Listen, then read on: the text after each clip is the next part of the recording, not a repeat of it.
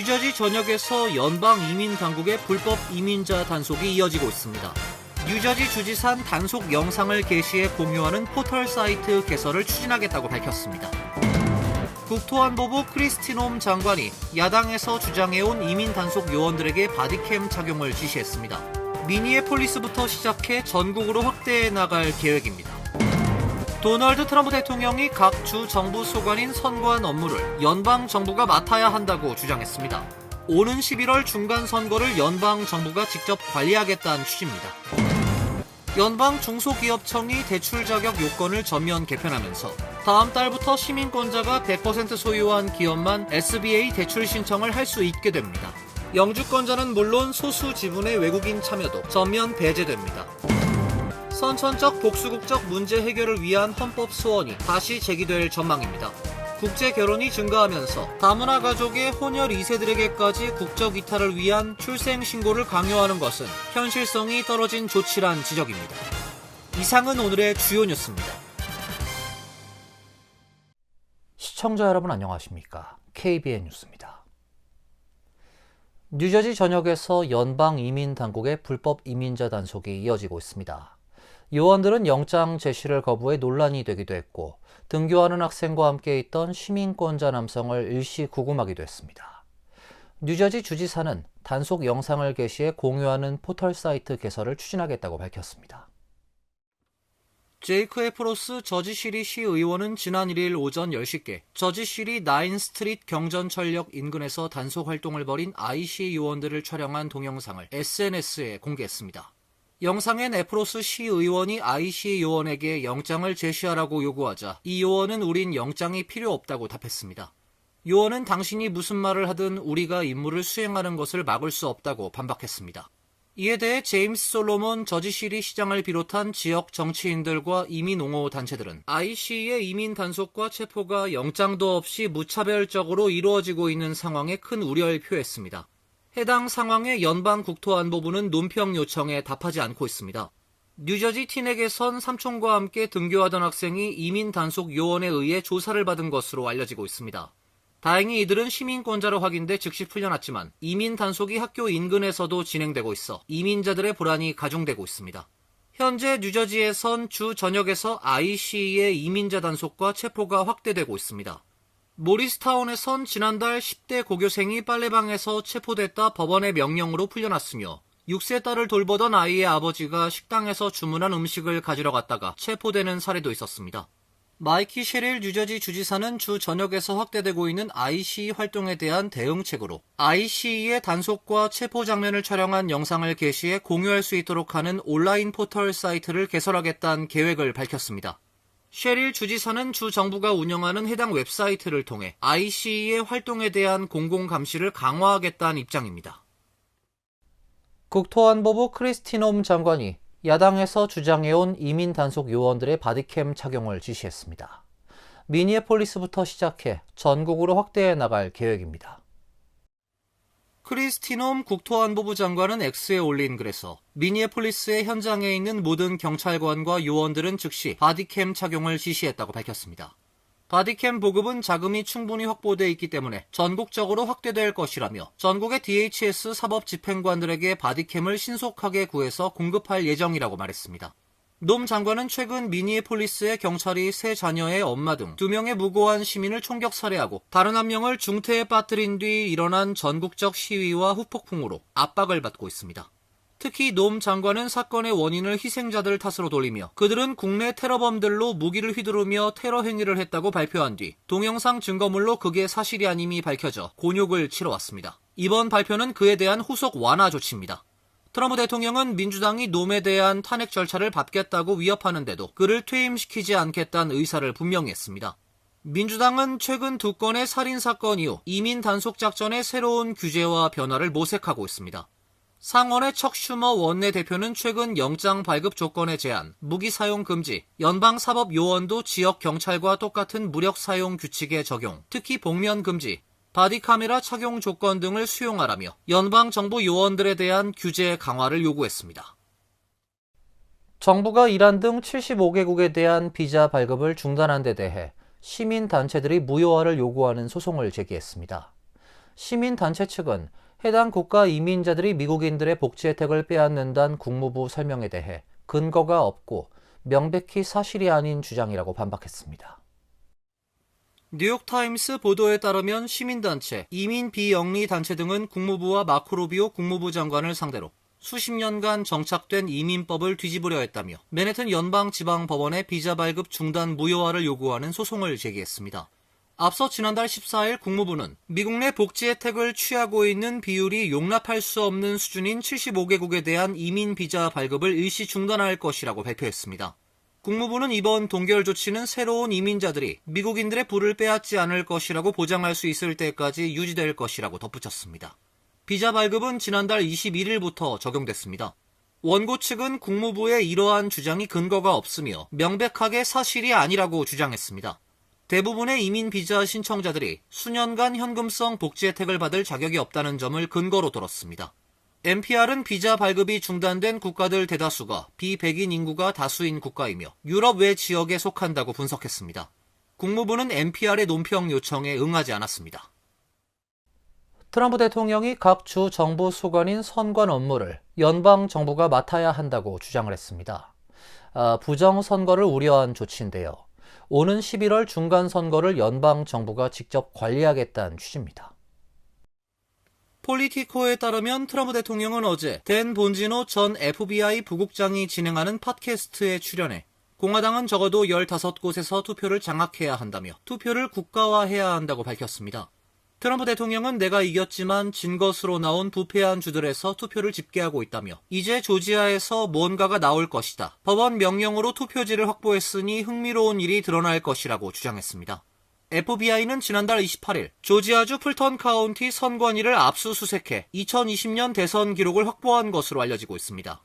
트럼프 대통령은 2020년 대선 당시 조지아주에서 자신이 조 바이든 당시 민주당 후보를 11,000표 차이로 이겼음에도 결과는 바이든 후보 승리로 나왔다며 부정선거를 주장해왔습니다. 조지아주 선관위가 2차례 재검표를 통해 바이든 당시 후보가 조지아주에서 승리한 것이 맞다고 선언했으나 트럼프는 이를 인정하지 않고 있습니다. 한편 뉴욕타임스는 어제 털시 게버드 국가정보국장이 지난달 29일 부정선거 수사를 담당하는 FBI 애틀랜타 지부 요원들을 만났으며 이 자리에서 트럼프 대통령과 스피커폰으로 대화를 나눴다고 보도했습니다. 신문은 트럼프 대통령이 스피커폰을 통해 요원들에게 질문을 하고 수사에 대한 노고를 칭찬했으며 감사를 표했다고 보도했습니다. 통화 시간은 1분가량 이어졌으며 스포츠팀 감독이 경기 중 선수들에게 격려 연설을 한 것과 같았으며 요원들에게 실질적인 지시를 내리진 않았다고 관계자는 설명했습니다. 연방 중소기업청이 대출 자격 요건을 전면 개편하면서 다음 달부터 시민권자가 100% 소유한 기업만 SBA 대출 신청을 할 수 있게 되는데요. 영주권자는 물론 소수 지분의 외국인 참여도 전면 배제됩니다.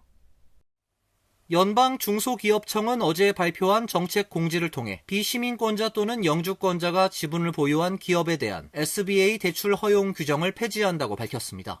이번 조치는 SBA의 핵심 정책 금융 프로그램 대출 전반에 적용되며 3월 1일부터 시행됩니다. 개정안에 따르면 SBA 대출을 신청하는 기업은 직간접 소유주 전원이 미국 시민권자 또는 미국 국적자여야 하며 주 거주지도 미국 본토 또는 영토 내로 제한됩니다.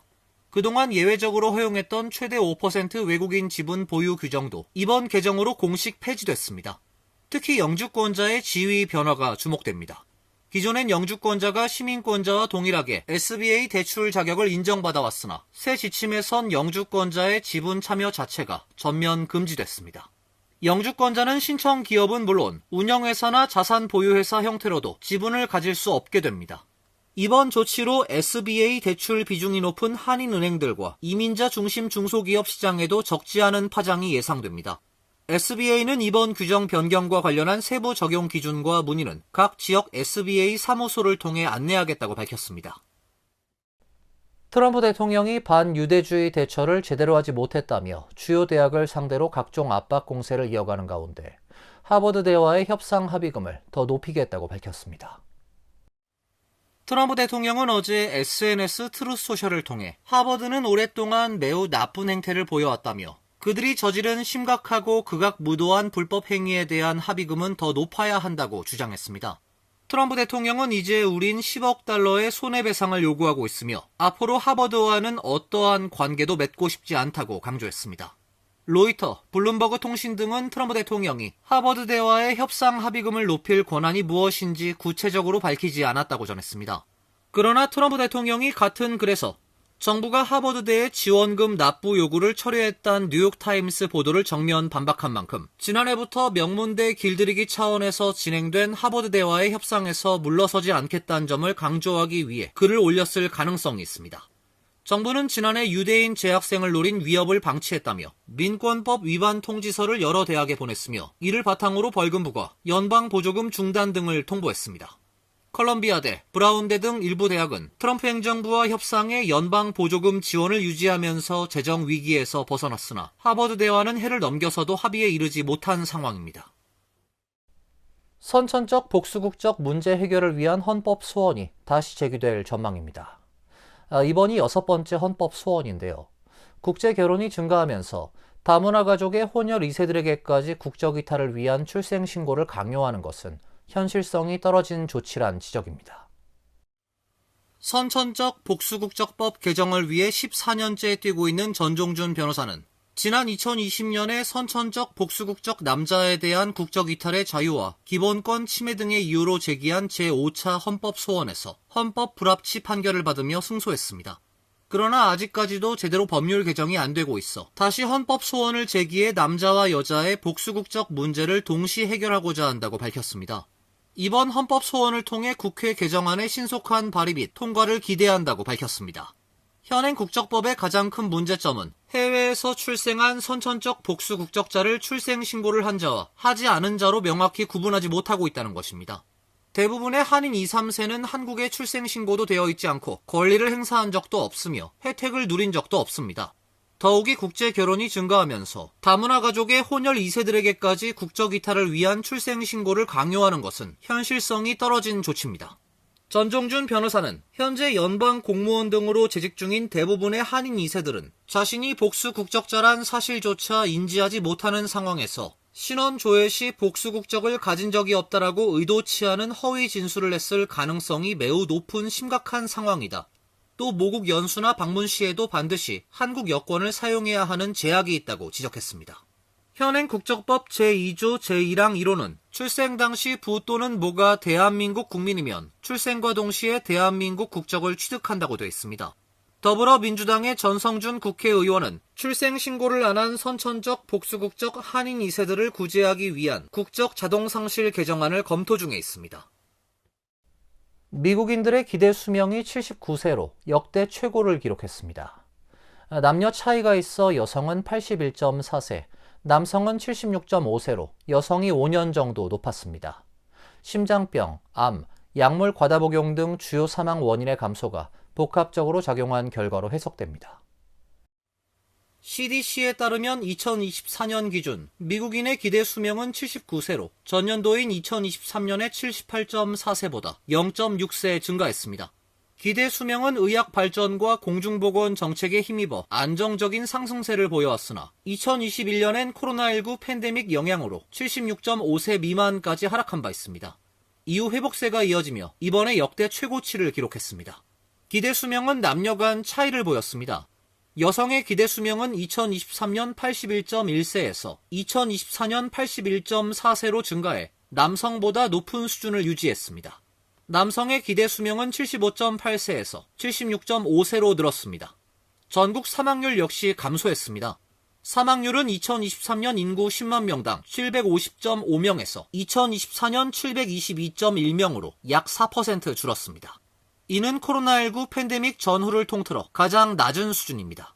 전국 사망자는 2023년 307만 명으로 집계돼 전년보다 18,000명 감소했습니다. CDC는 이번 기대 수명 증가가 코로나19 팬데믹의 종식과 함께 심장병, 암, 약물 과다 복용 등 주요 사망 원인의 감소가 복합적으로 작용한 결과라고 설명했습니다. 2024년 주요 사망 원인은 심장질환과 암, 비의도적 부상 등 3가지로 전체 사망자의 약 70%를 차지했습니다. 다만 각 원인별 사망률은 모두 감소해 전반적인 기대 수명 상승에 기여한 것으로 분석됐습니다. 이어서 간추린 소식입니다. 역대급 한파가 이어지고 있는 가운데 뉴욕시에서 추위로 인한 사망자가 16명으로 늘어났습니다. 조란 맘다니 뉴욕시장은 어제 눈폭풍 이후 한파가 지속되면서 야외에서 기거하다 저체온증 등으로 숨진 노숙자가 16명으로 증가했다고 발표했습니다. 사체 부검이 실시 중인 가운데 뉴욕시 예비조사 결과에 따르면 13명은 저체온증, 나머지 3명은 약물 과다 복용이 직접적인 사인으로 추정됩니다. 사망자 16명은 모두 노숙자 쉘터에 기거하지 않고 있던 것으로 확인됐습니다. 코드블루 비상사태가 유지되고 있는 뉴욕시는 쉘터 수용 능력을 확대하고 입소 규정을 완화하는 등 지난주에만 930명 이상을 쉘터 등 안전지역으로 대피시켰습니다. NYPD가 어제 발표한 올해 1월 주요 범죄 통계에 따르면 뉴욕시 5개 보로에서 발생한 총격 사건은 총 40건, 총격 사건 피해자는 총 47명으로 1994년 통계 작성이 실시된 이후 역대 1월 중 가장 낮은 수치를 기록했습니다. 기존 1월 최저치는 2019년 총격 사건 50건, 총격 사건 피해자 56명이었습니다. 살인 사건도 총 12건으로 통계 작성 이래 최저치를 기록했던 지난 2018년과 2022년 1월에 각각 22건보다 10건이나 감소하면서 역대 1월 최저를 기록했습니다. 작년 1월보단 무려 60% 감소했습니다. 지난달 맨해튼과 스태튼 아일랜드에선 살인 사건이 단 한 건도 발생하지 않았습니다. 1월 주요 범죄 건수는 8,338건으로 지난해 1월보다 6.7% 줄었습니다. 린다 이 뉴욕시 의원이 뉴욕시 의회 재정위원장에 임명됐습니다. 이 의원은 아시안 최초로 시의회 재정위원장을 맡게 됐습니다. 재정위원장은 시의회의 주요 예산 심의와 수정, 재정 정책을 총괄하게 됩니다. 또 시은행위원회와 독립예산국, 감사원 등 관련 기관에 대한 감독권도 갖습니다. 이 의원은 미국 최대 로컬 정부 예산을 책임지는 중책을 맡아 영광이라며 보육비 상승과 주택위기, 의료비 부담 등 시민들의 경제적 부담 해소를 위해 뉴욕시 정부와 적극적으로 협력하겠다고 밝혔습니다. 이 의원은 재정위원장 외에도 교육, 공원, 정신건강 등 여러 위원회 활동으로 멘탈헬스 로드맵을 기반으로 시민 삶의 질 향상에 집중할 계획입니다. 미주리주 지역 매체 KCTV5는 레이모어 지역 팝스 아카데미 마셜아츠를 운영해왔던 한인 태권도 사범 56세 박세춘 씨가 14세 미만 아동을 상대로 한 1급 성폭행 2건과 근친상간 2건 등 모두 4건의 중범죄 혐의를 받고 있다고 보도했습니다.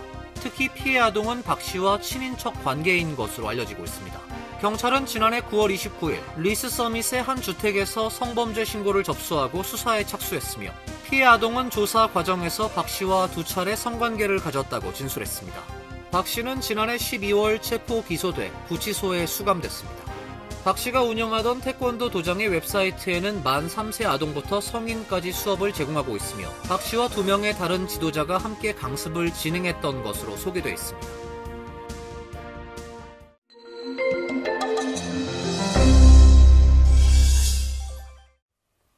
제23대 대뉴욕지구 한인상공회의소는 뉴저지 지회를 설립했습니다. 지난달 29일 열린 설립식엔 대뉴욕지구 한인상공회의소 전 현직 회장단 및 집행부 관계자들과 뉴욕 한인회 등 한인 단체장들이 참석해 뉴저지 지회 출범을 축하했습니다. 뉴저지 지회장엔 우준호 회장이 위촉됐습니다. 민권센터는 지난 1월 29일 앤디 김 뉴저지주 연방상원의원실의 라드와 엘조큼 현장 담당관과 만나 한인 사회의 현안을 전하고 지원과 협조를 논의했습니다. 민권센터는 최근 펠팍 한인타운에서 벌어지고 있는 IC 체포 등에 대한 한인들의 우려를 전했습니다. 뉴저지주 하원의 앨런 박 의원이 주 하원 부의장에 임명됐습니다. 부의장은 주 하원 의장이 부재할 경우 본회의를 주재하는 핵심 지도부 직책입니다. 박 의원은 3선 의원으로서 이번 회기 동안 법사위원회 위원장과 예산위원회 부위원장을 동시에 맡고 있습니다.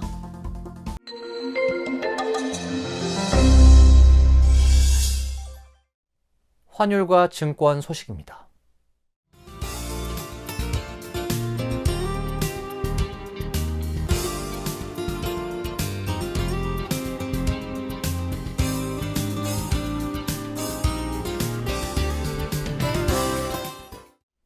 이어서 날씨입니다.